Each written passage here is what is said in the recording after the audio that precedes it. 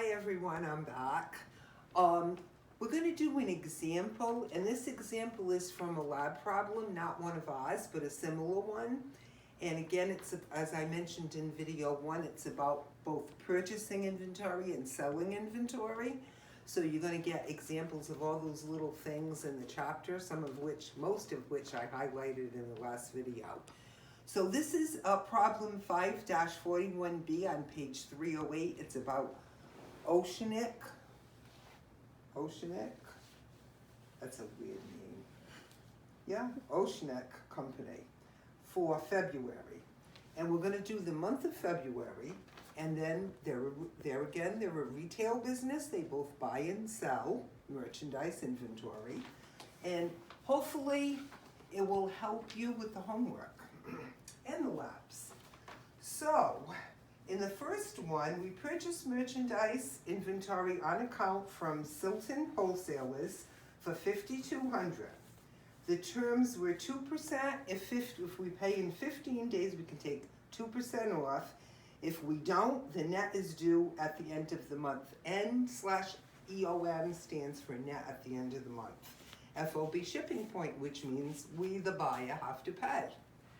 So, on February the 1st, no, I can't read, the 3rd, we purchased inventory, so I'm going to debit the inventory, and I'm going to also abbreviate it, for $5,200. We don't need a double entry because we're buying, not selling, and we're going to credit accounts payable, A/P for Silton, for the same $5,200. And that's all we have to do when we purchase. That's it. Right? So we have some inventory. So, for some reason, they like to put the freight separate when the buyer has to pay the freight. I don't know why, but they like to put it in a separate entry. And it's even on a different date. It's very weird. That's not real world at all. Usually it's paid for at the same time.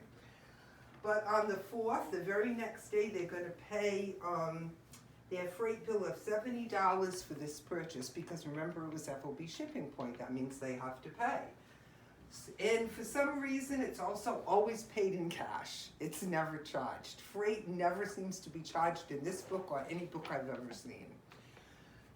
Also not true. You can charge freight in the real world. They'll send you a bill. Some things are we call, you have to pay when they pick it up, but not usually. Okay, so when we have a shipping charge, we're going to charge that to the inventory directly. Okay, when we have to pay the freight, that becomes a debit to the inventory. It's part of the cost of goods sold, whatever it took to get it in your building. And that's $70. See what I mean? How weird it is that they split it into two? It would have made so much more sense to put it in one, but they don't do that. I don't know why. And then it's in cash. Again, they love to do the shipping charges in cash. So we're all set with this one. We paid for the freight. And again, when you're the buyer, you charge the freight to the inventory. Okay? If you're the seller and you have to pay, you call it delivery expense. So now we're on the 4th again. We purchased some more inventory. This time we paid cash. So, more inventory we bought. And $1,500 we paid. And we paid in cash. So credit cash. Okay. So we're all set there. Okay. So far we've bought from 2 different people. One charge, one cash. So now we're going to go to the 6th. We have a return on our February 3rd purchase.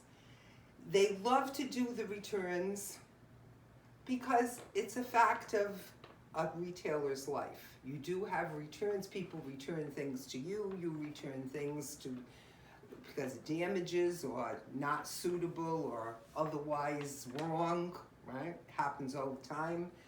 So we see a lot of returns. And when there's a return, the merchandise that you got, and it's from this order, the $5,200, some of it's going back, which means we know if it's going back, we're going to credit the inventory. What are we going to debit is the bill. because we're not gonna pay for what we returned, okay? So whenever you're the buyer and you're returning, you're gonna lower your bill. So this happens on the 6th. We're gonna debit accounts payable for Silton. And now instead of owing them $5,200 and they offered a discount of 2% if we pay in 15 days, we're gonna owe them $900 less, or $4,300, right? Which we will place our discount on. 900. So we just lowered our bill by $900, and we also lowered the inventory because we sent it back. Okay, so this would be for the return. Bill goes down, inventory goes down that we sent back to Silton. Okay. I'm trying to stay on a straight line. I see him tipping a little bit. I'm going to try to correct. Okay, so on the 8th, we have our first sale. And we sold merchandise inventory to Horrenda Company, $5,600 on account. We're offering terms of $315, 3 if paid in 15 days, 3% off. Notice the second sentence, the cost of goods sold was $23.52. That means that's what we paid for it. That's going to trigger our double entry of the seller. So this is going to be our first one on 2/8. We have accounts receivable, and it's never an easy name. Horrenda. Why they can't just pick nice, easy names, I don't know. And that's going to be for, what'd they say? Okay, we're gonna account for it like they took the discount. So 3% of 5,600. Let's see how much the discount's gonna be. That's gonna be $168 off. So 5,600 minus 168 discount should be 54.32. Okay, so that would be the net minus the 3. This is the 3% discount. This is what you have to do when you sell. And if they didn't pay you in the 15 days, they would forfeit that discount. They'd have to pay you the whole thing back. Okay? Figure the 3% discount before you record. We're going to record it at the net amount, assuming they're going to pay for it at the discounted time. This is new. This only changed in 2018, the new revenue recognition laws. Before that, you didn't do it this way. I won't even tell you how we used to do it, but it was much easier. They made it harder. I don't even want to tell you. It was so much easier before. Anyway, we have to do it as if we're sure they're going to take the discount. And if they don't, we use sales discounts forfeit it. Okay, so we're going to record it just like they're going to take it, 54.32. And then the sales revenue is 54.32. But we're not done because we have to do the cost of goods sold because we're the seller. So the second part of this, and on the computer it's going to have 2 separate entries, so it'll be easy to remember for you. They're going to tell you just record the sale. We'll do the cost of goods sold in the next step, and that's exactly what happens. The cost of goods sold is $23.52. And then the inventory, which is going to your buyer, and that's $23.52. Okay? I should put a line. You're going to also have a separate, it's going to be separated on the computer, so I'll put a line. So we have our first sale. And I can do one more and then I'm running out of room and I'll have to erase. Okay, so on the 12th, let's see what happens. Received payment from Horrenda, less discount. Oh, good. They paid within the discount period. We don't have to use sales discounts forfeited. But at the end of the problem, I'm going to show you what would happen if they didn't pay on time. Okay, how you would report it. Because this problem doesn't have one of those. Okay, so they're paying us. So we got some money. Cash for $54.32, because remember they took the discount. And then accounts receivable, horrenda, or however you say it. Horrenda for $54.32. Boy, that's a mess. It's supposed to say horrenda. Not too good, right? So that's all I can fit the first half. So what I'm going to do is erase for, well, we're more than half, but I'll erase my trusty eraser, which is a face cloth.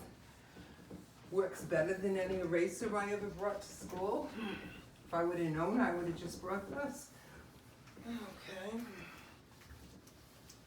Okay, so now we are on the 13th. Right, so stop back up at the top. Let's see what happened. I almost sat not on the chair. After negotiations, they received a $500 allowance from Teddy Wholesalers. That was a purchase they made on the 9th. Sometimes the seller of a product will offer the buyer some kind of a amount off if they keep it. Say it had a little damage and, well, why don't you keep it? We'll give you $100 or $500 off or whatever. In this case, they offered $500 off that order that they bought for $7,000. You know something? I think I missed that one. I think I missed the 9th. I am so sorry. I don't think I did. I think I went from the 8th to the 10th. Let me stick the 9th on here. I'm so sorry. This was supposed to be before the 10th. This is they purchased merchandise from Teddy. I just noticed that we didn't do Teddy. And that was for $7,000. And then we had accounts payable for Teddy. I'm looking back at it saying, we didn't do that one. Okay, this is supposed to be on the night before that payment I just showed you. So this is what they're saying, okay, keep it, and we'll give you $500 off. Okay? So when that happens, that's great. You're not going to send it back, but you are going to pay less for it. So we're going to lower the bill. It looks journal entry wise, an allowance looks like a return because we lower the bill. This happened on the 13th. We lower the bill to Teddy, just like as if we returned it, but we didn't. And we got $500 off. And we still credit the inventory because we paid less for it. We're not going to pay $7,000, we're going to pay $6,500 when we pay it back, right? So by looking at the entry, you can't tell whether it's a return or you got an allowance on it. But accounting-wise, it doesn't matter because we paid less for it, even though we still have it, and we still lowered our bill. Okay? Made more sense when we actually had the purchase there now, didn't it? Okay, so that was the 13th. On the 15th, let me get closer to the book. We sold merchandise to Jordan, $3,400 on account. No discount offered, so we don't have to figure the discount in the corner. Terms are end of the month, net at the end of the month. Cost of goods sold was $14.96, again, the double entry of the seller. So this is the 15th, and we have accounts receivable, and the name of this guy is Jordan, our customer, and we didn't offer him any discount, $3,400, and sales revenue. And on the computer it'll tell you to keep the cost of goods sold in the next step.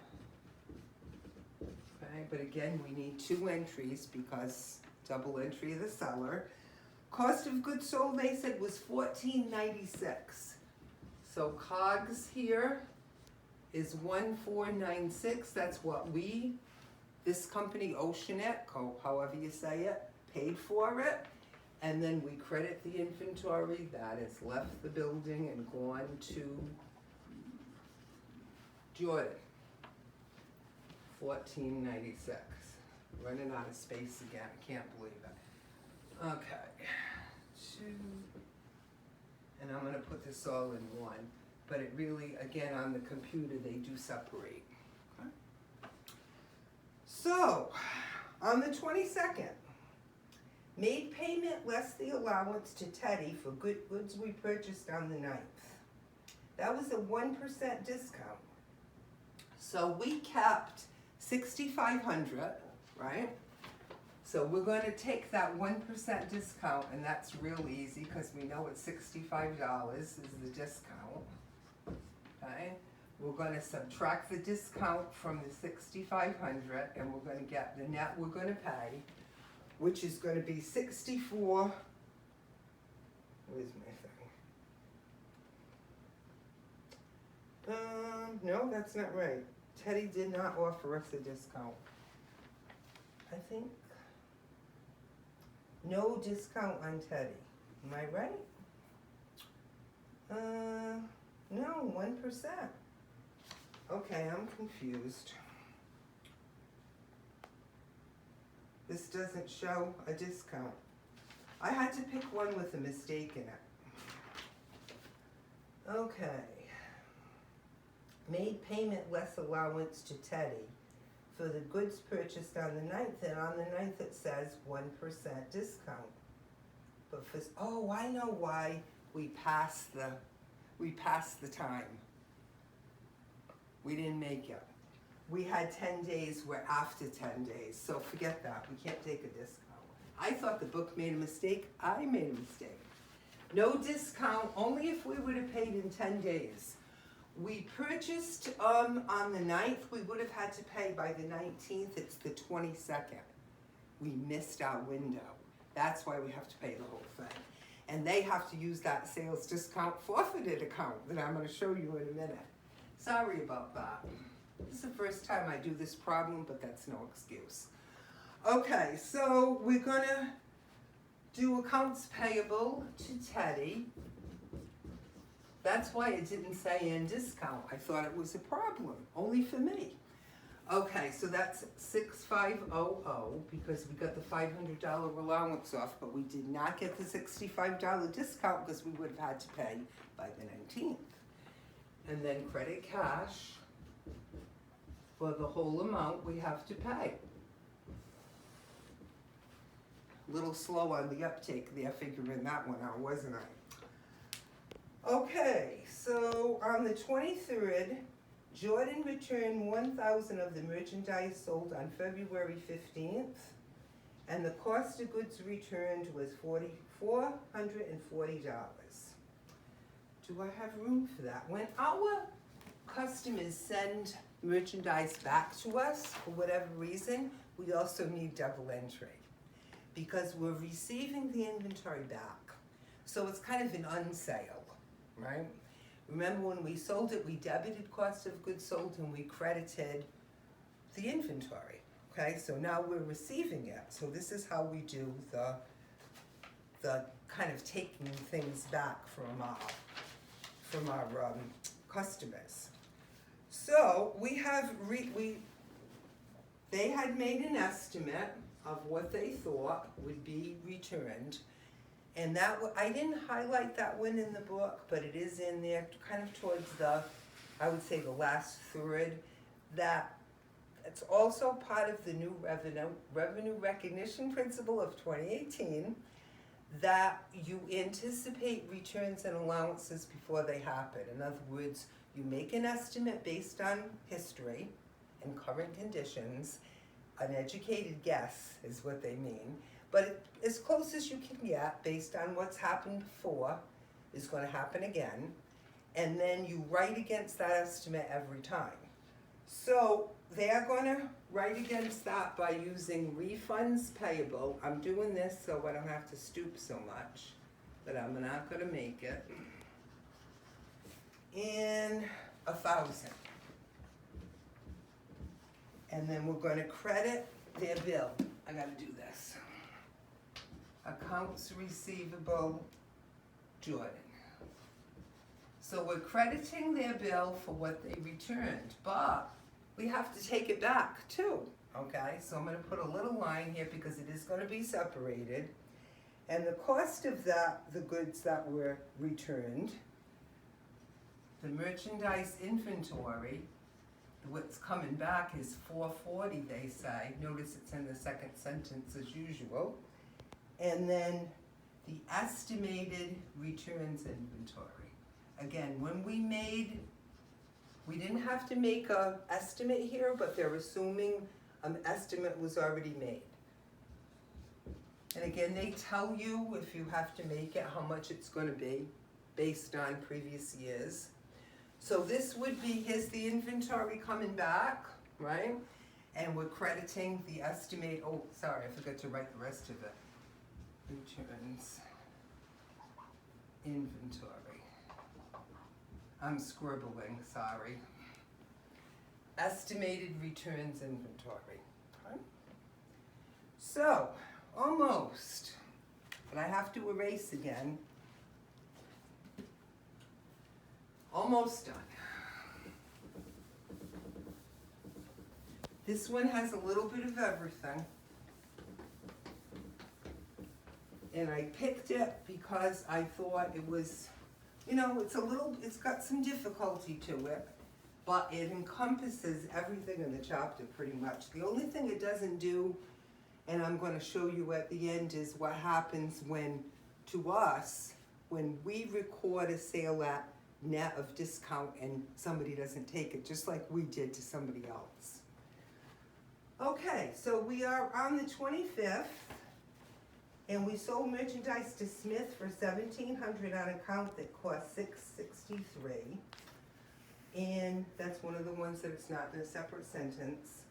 Trims are 2%, 10, and 30, FOB shipping point. As a courtesy to our buyer, Smith, we're gonna pay the freight and add it to the invoice. So we're doing this as a courtesy.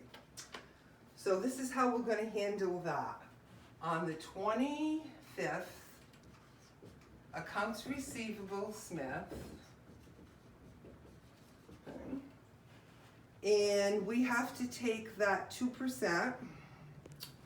So figure that out, because remember, we have to record the sale like they're gonna take the discount. 2% of $1,700 is $34. Here's our discount. Okay. 1,700 minus the 34 would be what we're gonna charge them. Hopefully they're gonna take the discount. I don't think we even deal with that in this one, we don't. So that would be 1,666. 3 sixes, not good. Okay, so that would be it, except remember, we're prepaying the shipping for our buyer, so we add that in as a last step. So we're gonna charge them for the shipping. It is FOB shipping point, which means our buyer is paying, but we're prepaying the freight and putting it on the invoice. This happens a lot in real life too. So this is gonna be the accounts receivable charge. Take out the discount, add the shipping, okay? Like I said, can't take a discount on shipping. So the charge to Smith is gonna be $1,736 in total. The sales revenue is going to be $1,666, right there, from the sale. And then we're prepaying the shipping, and of course it's in cash, because what other way would there be? It's a book, for $70. But we can't forget about the cost of goods sold. So let me make a little line. The cost of goods sold here is $663. This is our second of the double entry of the seller, and then merchandise inventory. I know I keep saying that, and it isn't anywhere else but in my head. And there's our 2 entries. Okay, coming to the end on the 27th, we got payment from Smith less the discount. So somebody else took the discount. When did Smith buy? Oh, 25th, 2 days ago. That's pretty good. Okay, so on the 27th, we have cash, right? For $17.36. They remember they're paying the invoice minus the discount. They certainly made the discount period. They paid for it in 2 days plus the shipping charge. So that's why we got the whole $17.36, and we're going to credit their receivable. Accounts receivable, finally an easy name, Smith. And that was a nice, easy one. What's easier about this new revenue recognition method is you already have the discount figured out before the check actually comes in. So that makes life easier on the back end, but not on the front. Okay, the last one, received payment from Jordan less the return. Jordan is the one who didn't offer a discount yet, net end of month. So they're gonna pay us $3,400 on the 28th. So cash, $3,400, and accounts receivable for Jordan. Remember, no discount was offered. And that's the whole thing. There's one more thing I want to show you before I cut this, and that's the only thing we didn't have. What happened if one of those people that we offered a discount to and did the net amount for the sale and the accounts receivable, what happens if they didn't pay and we had to, they forfeited? What would happen? Well, I have it here. I picked that Hernanda. So if Hernanda hadn't paid that was a February 8th, if they didn't pay, they had 15 days. If they didn't pay by the 23rd, say they paid on the 25th, right? They would have missed that discount period. And we recorded their sale at the net amount, okay? We recorded it with 3% discount, so they got $168 off. But they only had 15 days, and say they didn't do that. They really did it, but say they didn't. How would you handle it? Well, that's where the sales discount forfeited account comes in. So this is what you would do. You would do the cash that they paid, which they would have to pay the whole thing, and in the full amount without the discount, that would be $5,600. Remember, we recorded it $168 less than that at the initial sale, okay? And then we would credit their accounts receivable. I'm just going to put her for Hernanda because I don't have room. And remember, we originally debited it on the 8th for $54.32 because they got that discount. But they didn't take it. They were too late. That's where we come in with the sales discount forfeited. That gets added back into the sales revenue at the end of the period. So sales, notice this goes on the same side as sales increase on. It's an adjunct account. I put DISC for discount forfeited. And there's the discount that was forfeited, $168. And that's how you have to record when somebody doesn't take the discount like you thought they would. Okay? So that didn't happen in this problem, but everything else happened in this problem. Allowances, returns, adding shipping when it's FOB shipping point and the seller prepays it. We had all kinds of discounts, both sides. So everything pretty much happened. This was the only thing. We saw it only from a return, somebody that didn't take it with us. But this is if we couldn't take it with our providers. We call them vendors, the people we buy from. So that's it for this video. We have one more to go. See you in a minute.